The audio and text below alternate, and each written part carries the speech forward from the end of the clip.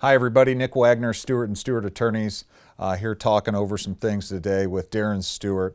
And we get a lot of questions coming in from clients and emails and people listening in. And one of those questions is, when it comes to a personal injury case, how does my driving record, my past driving record, affect my personal injury claim, or does it?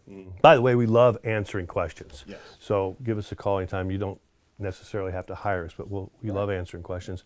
But your driving record, well, sometimes I'll hear from clients, hey, I have a speeding ticket, or I have a couple speeding tickets from a few years back, and I'm concerned that that's going to affect my claim from this car wreck that happened last week.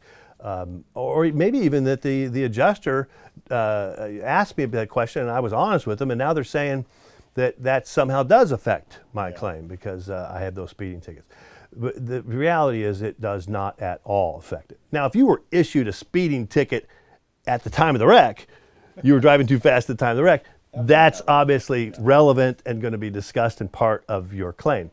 But if you received a prior speed, I don't care if it was 20 minutes before this wreck happened, you got a speeding ticket, it doesn't mean you were speeding at the time of this wreck. You just look at the facts of the wreck, and it does not even come into evidence. Jury's never going to hear it. So we shut that down with the insurance company very quickly.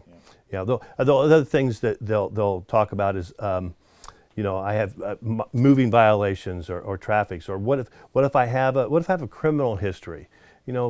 Back when I was a lot younger, stupid kid, I did this, got in some trouble, and is that going to affect my claim? Absolutely not. Absolutely not. Now, there are some, without getting too deep into it, there are some that go to veracity that may come in, but typically it's just not an issue at all. Right. Even though the insurance company may want to make that an issue. What's the rule is you could be driving like a complete bonehead idiot down the road, weaving in and out of cars, bouncing off the curb, you name it, a mile up the road, and that's not coming in. Right.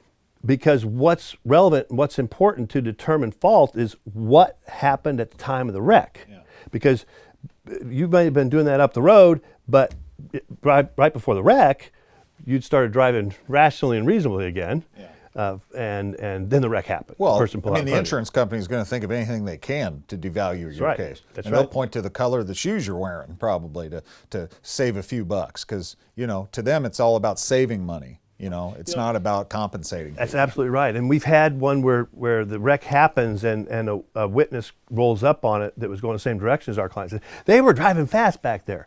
And the insurance company loves to leech onto that and go for it. But we get the information, get the evidence to show that they were driving the speed limit at the time of the wreck. We don't know what maybe was happening back here, but what's important is what happened at the time of the wreck, and they were not at fault. Yeah, and after the wreck too.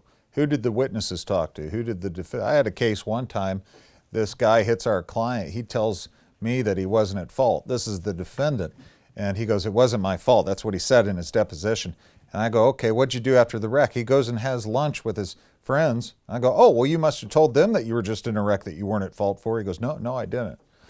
So let's take a look at all the evidence. It's not necessarily wrong, but right. It's one of those things that the jury will look at that and scratch their head and they'll try and make a big deal out of it. And it is, you do wonder. Yeah.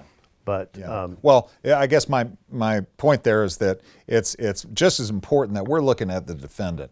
More important that we're looking at the defendant.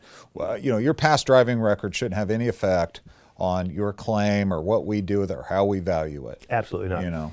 Or that you had a wreck a month before this wreck, or 6 months ago, and maybe you finished treatment.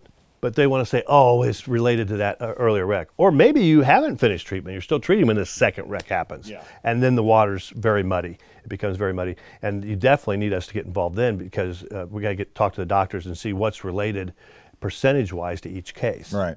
Yeah. If the insurance company is giving you the runaround, giving you the silent treatment, saying ridiculous things about your driving record, call Stewart and Stewart. We're here to help you. We're here to combat that.